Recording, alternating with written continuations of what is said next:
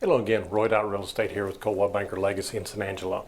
Today I want to talk to you a little bit about how the more interesting, unusual features of your home can affect your resale, and then you can kind of decide what you want to do about it.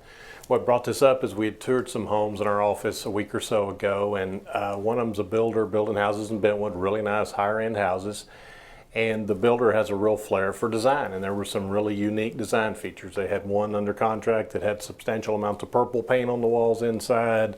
There's another one with some light whitish paints with bright blue and then gold fixtures, and then there's another one that they had black walls with white trim. So some interesting things, just kind of push the edges of the envelope and some things. So you got to think about that when you're going to look at a house or buying a house, selling a house or whatever, and kind of decide what you want to do with those. So first off, if you're buying a house and that's something if you fall in love with it, you walk in a house that has some unusual features, then hey, go for it, buy it. I mean, there's no reason not to. But what you got to realize is when it comes time to sell, or if you're selling at this point, that those polarizing type things can have a potential negative effect. Now, again, you may find someone that likes it just as much as you do, and they may come along in a reasonable amount of time. But a lot of times when something's that polarizing, there's just not as many people that are going to like it, and so it may make your house take a lot longer to sell. So it's something to always keep in the back of your mind.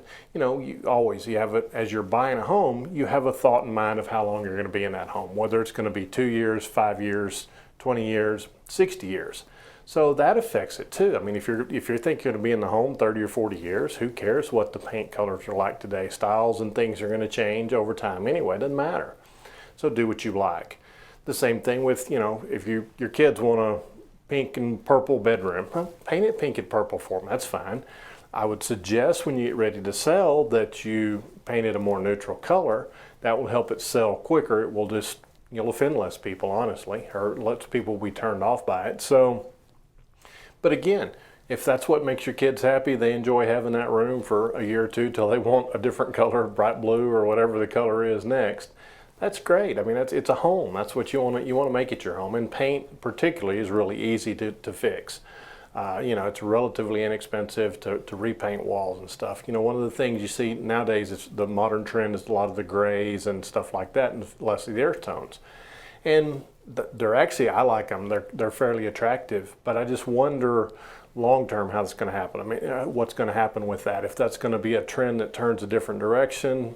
The earth tone type stuff has been around for forever, but there's been variances from light woods to dark woods and stuff like that over time. So you got to watch trends, but on the other hand, you can't live your life based on a trend because you don't know what the trend's going to be in a few years. So ultimately, you find the house you like, you buy it, you live in it, and when you get ready to sell it, then you see what things you need to do. You may need to do what you can do to adjust some of the colors to fit with the trends at the time you sell it. But that doesn't mean you shouldn't buy one that's polarizing, okay? Because if you and your family love it, who cares? If it's the house for you, jump in it, go ahead with it. Don't worry about what's going to happen when you resell it. When it comes time to resell, then you may want to do some different things to make it sell a little easier. So any questions, give me a call, Roy.RealEstate, 325-268-0775. Thank you.